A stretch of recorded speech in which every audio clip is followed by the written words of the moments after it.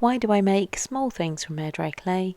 So today I'm making something that bit bigger. I'm going to make a large air dry clay plant pot. I've made videos where I've waterproofed the air dry clay, but I always say we don't want to leave the air dry clay wet for long periods of time. I'm going to show you how I make my large plant pot. It's waterproof inside because we're going to add a vessel inside. See what you have around your home. These are all plastic tubs and bowls that we're going to go out in the trash or recycling. So in today's video I'm going to transform one of these into a clay planter. I have plenty of plants in my home that I'd really like some new plant pots for. These are some spider plants, at least that's what I think they are called. So if you have a plant in mind, make sure you have that with you when you're choosing your container, and also you want it in a plant pot like this so that it can be easily removed from your clay planter so that it's not overwatered and no water sits stagnant at the bottom. You can keep your plastic tub as it is and add to it from there, but I just like to cut mine down and actually transform the shape just a little bit, and you can do that in this way. So first of all I remove the rim by inserting a knife to make a hole, but then taking my scissors and cutting the rest through. If you can find a container that's already like this without the rim, then even more perfect. Less work to do. And to shape it that little bit more, I'm going to cut some slits all the way around and then push these together and tape them all in place. It's a bit fiddly, but it does work. Alternatively, I was going to take some string or some cord, make some holes and then tie it all together a little bit tighter to bring that gap together. Just to reinforce all my tape there, I'm adding in some more tape. But if you do have a plastic tub the right size, you don't need to do any of this stage. I just like to make life a little bit harder for myself and make some different shapes. But as a beginner, maybe go with just a basic shape and see what happens. I've made my shape. I really do like it, but I think I've made the neck there a little bit narrow.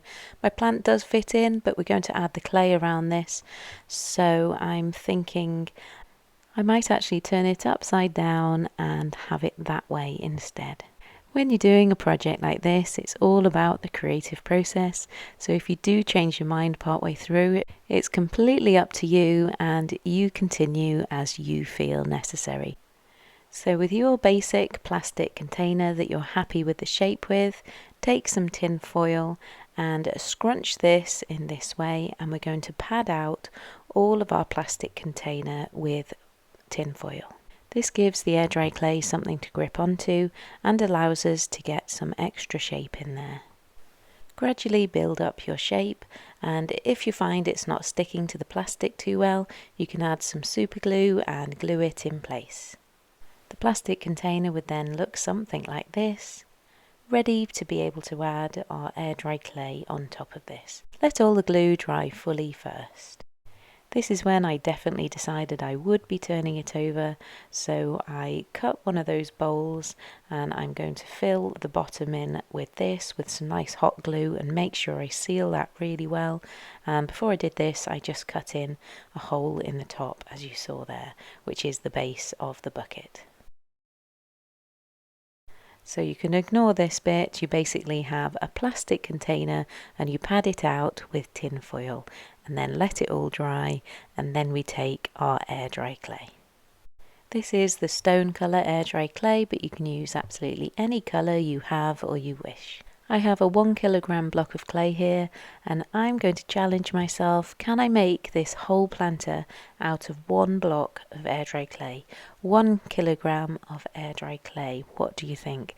Please comment below before you finish the video. I've rolled this out really big, which is a challenge in itself, so you can always use smaller sections, roll it out and then piece it together on the planter.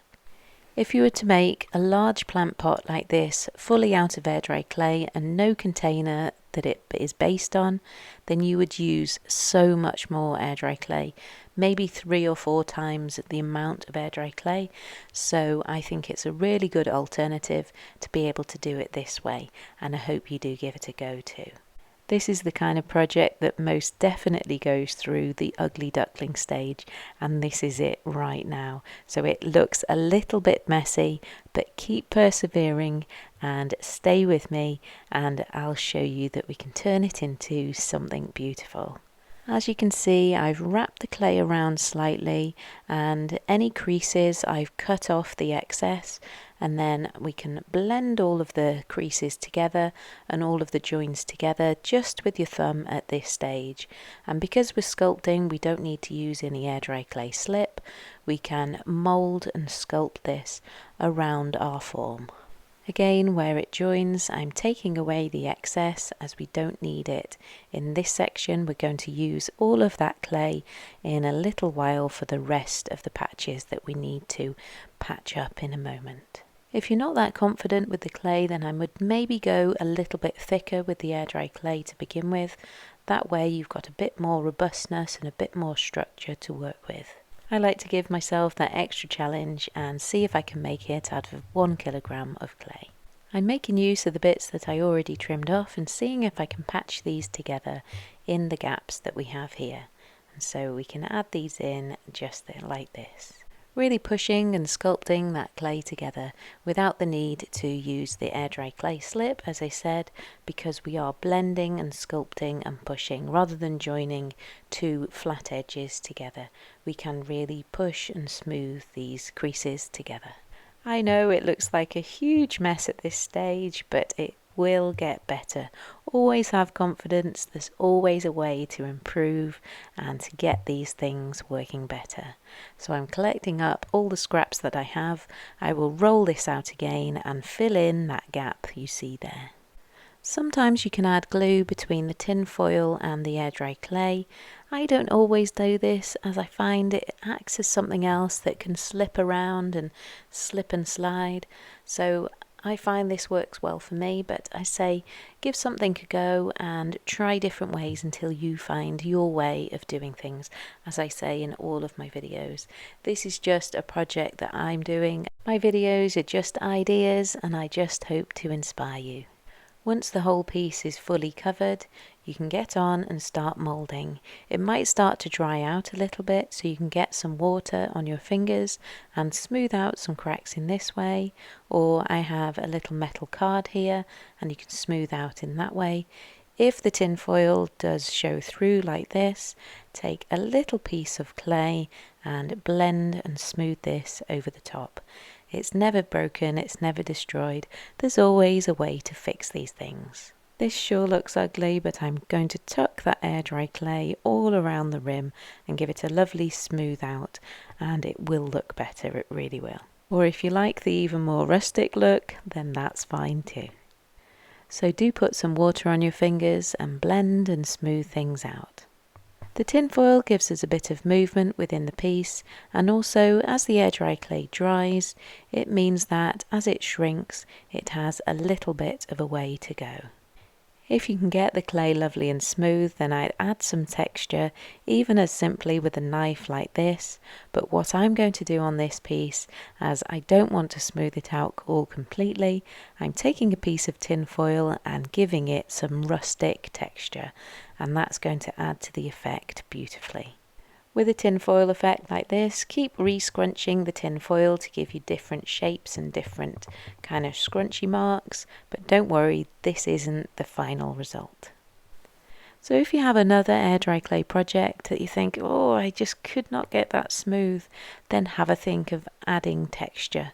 It hides a multitude of sins and it's great fun, and we can add lots of details. Sometimes I like to add sand to it and that gives it a lovely gritty texture. There's lots of opportunities and lots of these different things I've done in others of my videos.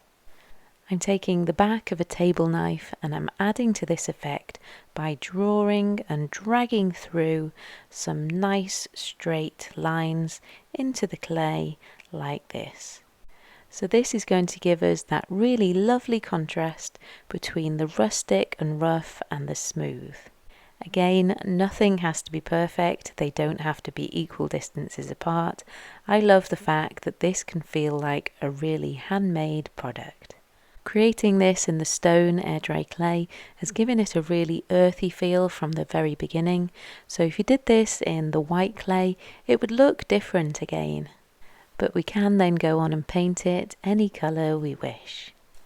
My lines are complete and I can leave this to dry nice and slowly, not near any heat sources at all. You want it to dry really slow.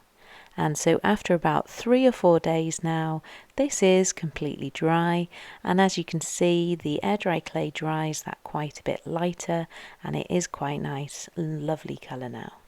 In my cup I have about 2 tablespoons of water, adding a few blobs of paint and mixing them together. Here I have the black and the blue, and this just gives a really nice watered down acrylic paint which I can then sponge on really easily.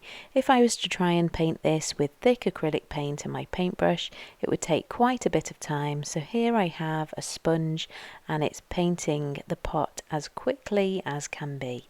So you don't want it too soaking wet, you don't want to add lots because we don't want to soften the air dry clay, but adding this in this way does no harm at all. It is a bit messy though, so if you do this, make sure you cover your surfaces and wear gloves too. I've left it to dry fully, and if you want a deeper colour, you can just go on and repeat that process again. But this is good for what I want, and then I'm going to dry brush some white acrylic paint over the top to really pick out those details. You could use something like an old toothbrush to do something similar, stipple on and just see what works for you. But this is a really quick effect and a really effective effect, I think. The paint is fully dry and I'm really happy with this. The final really important step is to make sure you seal all of that air dry clay in with either shiny or a matte finish. I've gone for a slightly glossy finish here, making sure I get in all of those little cracks with my paintbrush. 1 kilogram of air dry clay made into this large plant pot. What do you think? If you've enjoyed this, please do subscribe and watch some more of my videos. Thank you for watching. See you in the next one.